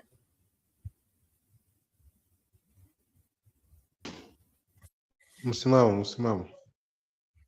Okay. Msimamo, si utupe maoni yako on the comments of Dr. Matini. Msingi ni kwamba kwanza hawa wanasema Uhuru atulie apate heshima, ni rais mstaafu. Kwangu unasema si kweli. Uhuru ana haki ya kuzungumza. Uhuru anaweza kuwa haki ya kuchangia, kwa sababu ni mwananchi, na uhuru huo uko ndani ya katiba. So haya mambo kwamba atinyamaza mambo yaende, sababu tunataka sasa wewe utulie, kwa sababu umekuwa mstaafu, sasa tunataka kutengeneza heshima. Heshima ya kweli ni ile ambayo mambo yanafanyika, lakini ukiona hawa wanalia heshima kutoka kwa Uhuru ni ile kwamba wanagere kuona akisimama popote pale bado wananchi wanampigia mkono, akizungumza anaungwa mkono na wananchi. Na ni kwa sababu gani? Kuna mambo ambayo mwananchi bado akikaa hivi anayaona, ana kumbukumbu kwamba kulikuwa na kiongozi wetu huyu alitufanyia hili na hili na hili na hili na hili. Hii ndio rejimu ambayo ilieneza hospitali kila mahali hadi vijijini. Hapa nilipo niko katika wadi yangu, hakuna village haina dispensary, ambapo sasa huyu alioingia angehakikisha kwamba madawa yanapatikana na pia haswa madaktari wa kutosha wamepelekwa katika hizo zahanati, haswa mbali na zile ambazo zimewekwa katika ngazi ya sub county na county. Maana huo ndio mpango ambao ni kuleta matibabu kwa mwananchi. Linda mama ile ilikuwa itasaidia wale wa mama kule vijijini, haina haja wasafiri kwenda mbali, hospitali iko hapo karibu, hapa na pale anapata huduma, anajifungua, anarudi nyumbani. Kwa hiyo bado wananchi wana kumbukumbu, heshima ile iko pale, lakini pia na haki ya kuzungumza kama mambo hayaendi sawa. So hawa wote wanaompinga ni kwa sababu kutaka kumzima ile uungwaji mkono, kwa sababu hiyo legacy ndio ambayo inawatia wasiwasi, kwa sababu haipo upande huu wa pili. Kwa hiyo Matiang'i kuja kuzungumzia swala la Uhuru, mimi nimeungana naye mkono kwamba ni sawa, waachana naye kabisa masuala ya kumtaja kule na hao ni baraka. Lakini kikubwa pia tuangalie nini ambacho anapigiwa vita nacho. Ni kwa sababu bado anakubalika, bado anahesabika, bado yuko na ile haswa, ana ule uongozi ndani yake, yani watu wanautamani. Sasa hivi si katiba, lakini tusimamishe hapa Uhuru na Ruto, watu watakimbia kwa kura zitapewa Uhuru. In fact, baada ya kutuonya kwa muda kwamba tunakokwenda siko jamani, mimi ndiye mlala na mgonjwa, namjua miono yake jinsi anavyopumua. Huyu namjua ni ule wa moja yako, moja ya huyu, moja ya mwananchi na nyingi zangu. Na ndivyo mambo yalivyo mpaka sasa hivi. Hawa wote tunapigia kelele hapa kwa government, waangalie wameandaliwa wapi. So for him mimi naweza nikasema naungana na Matiang'i kwa sababu ni kiongozi, lakini vile vile pia tutathmini kwa nini analengwa Uhuru. Analengwa kwa sababu bado anakubalika katika kwenye kwa wananchi. Hebu tuangalie tu, tuvute picture pale Uhuru pale Nyayo wakati wa kumwaga mwenda zake Raila Odinga. Uangalie muhemko wa viongozi, Uhuru alikuwa namba 1 akifuatwa na Winnie. The rest ni ile basi tu sukuma mlevi. Tukurudi haswa kule Bondo, haswa wakati walipokwenda kumpumzisha, aliposimama Uhuru tunaona mchemko. Hata mchemko wake akisimamishi ya ule mchemko bado watu wanahamu na yeye, kwa sababu akandamiza vile, hata kama kuna mapungufu ambayo yalikuwepo katika huo uongozi, lakini kwa kweli bado alikuwa na ile sura na alikuwa na utu ndani yake. So anakumbukumbu zile ambazo nacha naona anakumbuka. Wanarago wanaangalia hiyo mambo na highway, sisi tunaangalia masuala na Dongo Kundu huko ambayo imekuja ikaisha sasa, ni na barabara ambazo ziko katika kila mahali. Wa chini walikuwa wametengeneza barabara kila mahali. Since alivyoondoka yeye, mabarabara sasa ndio ambayo tunaona akinadiwa kwa magari na pesa ambazo zinaingizwa katika hiyo na hazijulikani kwamba ni kweli wala si kweli. So katika hii hali lazima bwana atapigwa, maana bado anakubalika. Kwa kutaka kumzima ni kwamba atulie, ndio tunatafuta vijisababu kule kwamba huyu pia alikuwa hapa kuchafulia, lakini ukweli wa mambo mwananchi si mbumbumbu, anajua ni nini ambacho kiongozi anafaa haswa wadhi kama ya urais anafaa kukaa katika misingi yake, akiondoka aache legacy. Sasa haya tunayashuhudia hapa. Ya tumetengeneza serikali ya pamoja, broad based government, serikali ya wananchi. Kwani mwananchi alihusishwa hapo? So kwa kweli mimi ndio nitakapochangia kwamba Vita vya uhuru ni kwa sababu bado anakubalika kikamilifu, bado wananchi wanampa sikio kama kiongozi. Asante.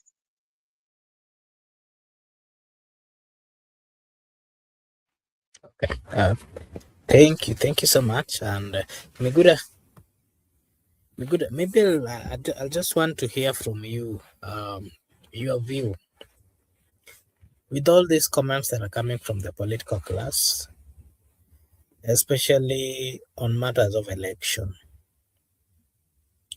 Kenya's had problems with elections since independence. The only year that, according to the observers, is that in 2002, that was the only year that Kenya held a free and fair election. The question I want to ask you, Miguda, is based on the message that is coming out from the political class, based on the revelations, based on the accusations that are coming from those supporting the government and those not supporting the government. At some point, you remember, there's some leaders in other years who would come later and say that they lost the elections. Some would say that they stole the election. What are we learning as a people? What kind of lessons are we learning? And what do you think is the best way forward to deal with this crisis of people having problems each and every time of the election? Miguda. Marco Bura, you have asked me, what are we learning and how can we ensure that we don't have those problems? We have learned, some of us have been in these classes, 2007, 13, 17, 2022, and some of us have also read, have also participated in those processes. Sorry, remember particularly the 2013, the first presidential election petition at Supreme Court by that, when we were there petitioning for the court coalition. We followed the proceedings and the processes until we realized that the issue of identification was a problem. The issue of manual register, BVR, all sorts procurement, and the issue of manual register and the digital one, whereby we argue that, our people argue that during election day, some people resurrect.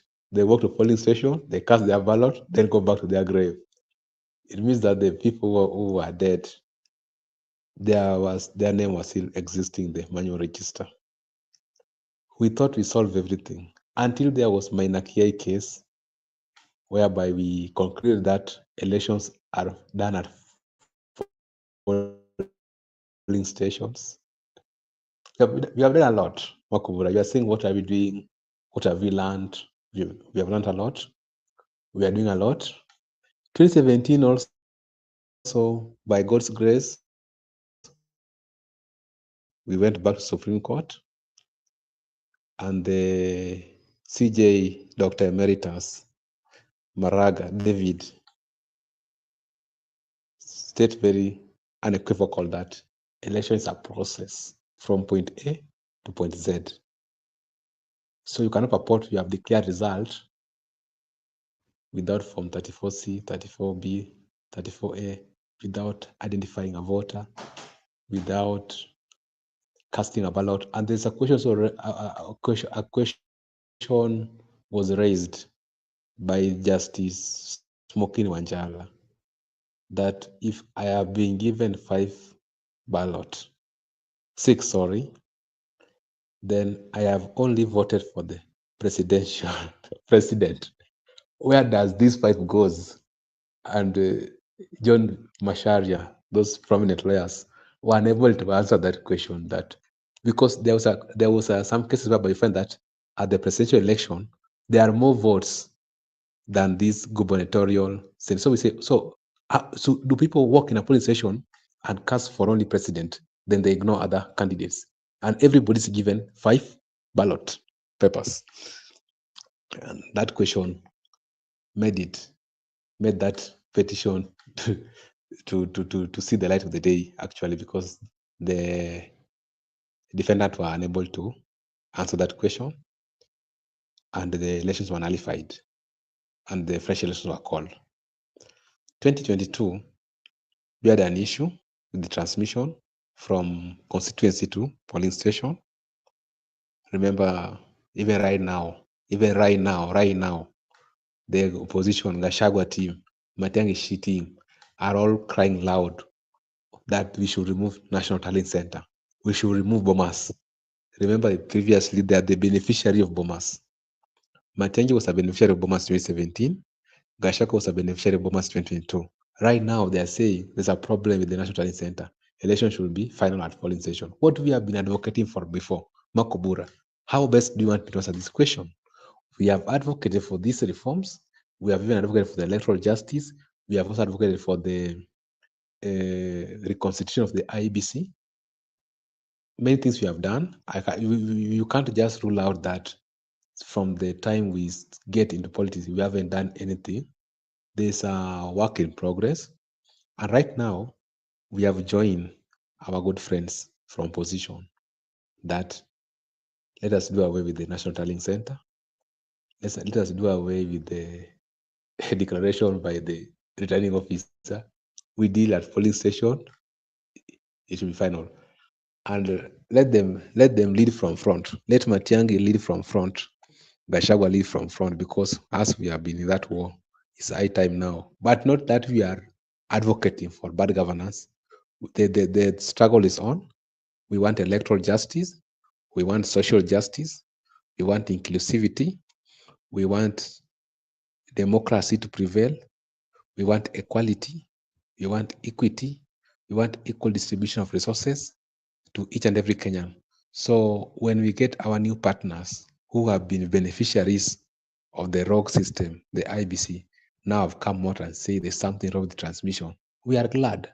So Kenyans should join all of us. Lastly, I'm saying, all Kenyans, we should join hands and ensure that we get it right. If you can get our election right, electoral justice, then we are good to go.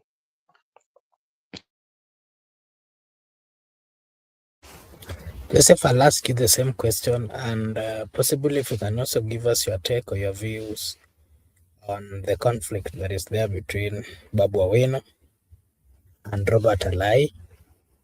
Joseph, you can give us your view on those two. Miguda will also come and give us his view on Babu Owino and Robert Alai, and then we will close.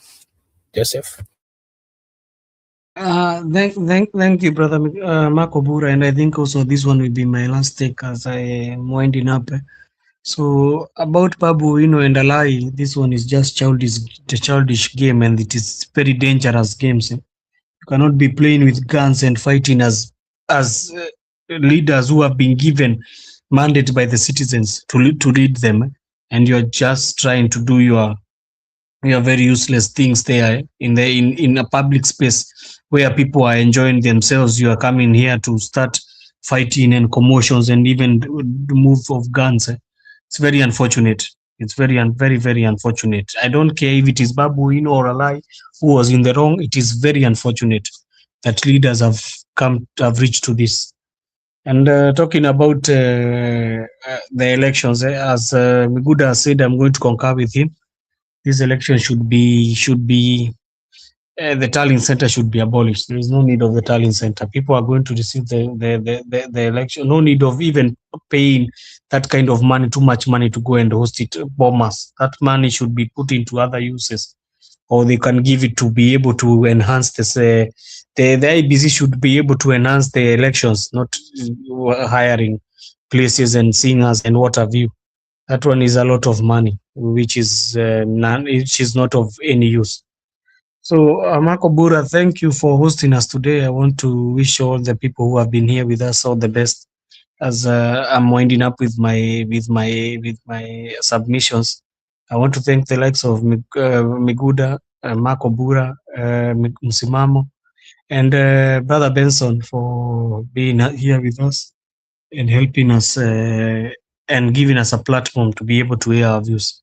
So Marco Bura, I hope you be having a great evening, a good night.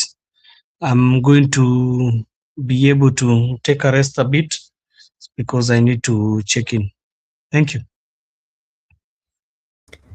Okay, thank you so much, a good friend Joseph, for finding time to join us this evening. We really appreciate.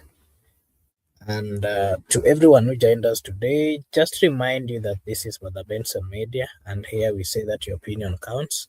If you are watching for the first time, kindly like and subscribe. If you do so, it is a way of supporting us. Na sisi hapa tutasema ni asante.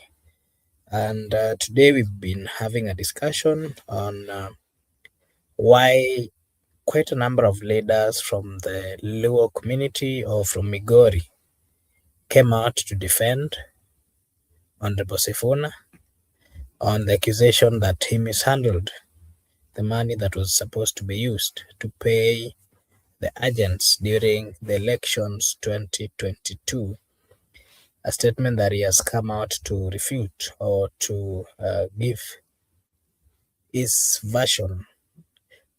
And again, we've also had a discussion on quite a lot on matters politics and how politics affects our country.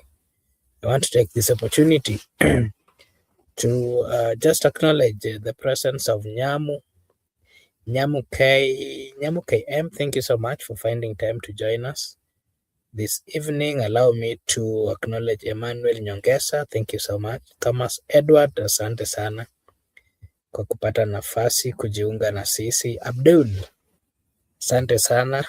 There's Paul Okisianga. Asante sana, Paul, for also finding time to be with us this evening. We really appreciate. There is also Douglas Kibogong. Asante sana kwa nafasi yako. Thank you so much for finding time to join us as well. Not forgetting Leo Nyabaya. Asante sana. Austin Okumu. Thank you so much for finding time to be with us this evening. And there's Lynn Nyarjadolo. Thank you so much, Lynn. Benson as well. Thank you so much. Florence. Thank you so much. Mike Onyango. Asante sana. There's also Faith Ken. Asante sana kwa kupata nafasi kujiunga na sisi. And just remind you once again that this is Brother Benson Media. And here we say that your opinion counts. If you are watching for the first time, we request you to just like and subscribe because if you do so, it is a way of supporting us. We do have this kind of conversations, and we request you that if you have time, you can always join us and you give us your take, because the conversations that we do have are all that are geared towards the betterment of our country. Most of what we do here is just giving our opinions based on what we think and also based on what is trending. For that reason, I'm waiting for Miguda to join. He was supposed to give us his final remarks before we call it a day. But as he comes, I want to remind you that this country belongs to all of us. We all have a say, and we should all participate in giving our views, because it is the only way of assisting the leadership in making the right decisions. Therefore, whenever people are having discussions, we need to just join and give our views, because it is the right way of also participating. Remember, if you participate in giving your views, that is when the views are also incorporated by the leaders. That is when the leadership also gets to understand that the style that the style of leadership they're giving is either on the right direction or not. So that is why we do have this kind of conversations. Allow me to take this opportunity to wish you all a blessed evening and a blessed morning, a blessed afternoon, a blessed evening, a blessed night from wherever you're watching us from. We thank you so much and we hope that you'll join us again tomorrow. May God bless you and see you again tomorrow.